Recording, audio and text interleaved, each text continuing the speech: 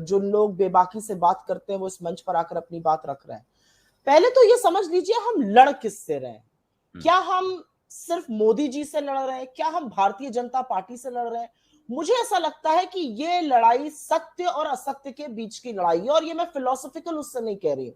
मुझे लगता है ये लड़ाई उन ताकतों के बीच में है, एक तरफ जो संविधान को सर्वोपरि मानते हैं और एक तरफ जो संविधान की धज्जियां उड़ाने पर आमादा है। अब वो धज्जियां कई तरह से उड़ाई जा रही है। वो धज्जियां एक आदिवासी के ऊपर पेशाब करके उड़ाई जा रही है, वो दलितों के ऊपर अत्याचार करके उड़ाई जा रही है, वो सदन में कोई बहस ना होने दे और सदन के एमपीओ को निलंबित करके उड़ाई जा रही है, वो बेरोजगारी पर चर्चा ना होने पाए तो ध्यान भटकाने पर उड़ाई जा रही है, वो महंगाई टमाटर 160 पर हो जाए और प्रधानमंत्री और वित्त मंत्री के मुंह से चूना निकले उस पर उड़ाई जा रही है। वो तब उड़ाई जा रही है जब विपक्ष की सबसे प्रखर सबसे पुरजोर आवाज को आप षड्यंत्र रच के संसद से निकालने का काम करते हैं। तो बहुत तरह से ये धज्जियां उड़ाई जा रही है। मुझे लगता है ये लड़ाई हमारी बनाम उन ताकतों की है, और जो भी इस देश के संविधान में जो भी जिनको भी लगता है कि बेरोजगारी या महंगाई या अडानी का महाघोटाला या चीन का अतिक्रमण या जलता हुआ मणिपुर एक मुद्दा है, वो एक तरफ लंबित है और दूसरी तरफ भाजपा है।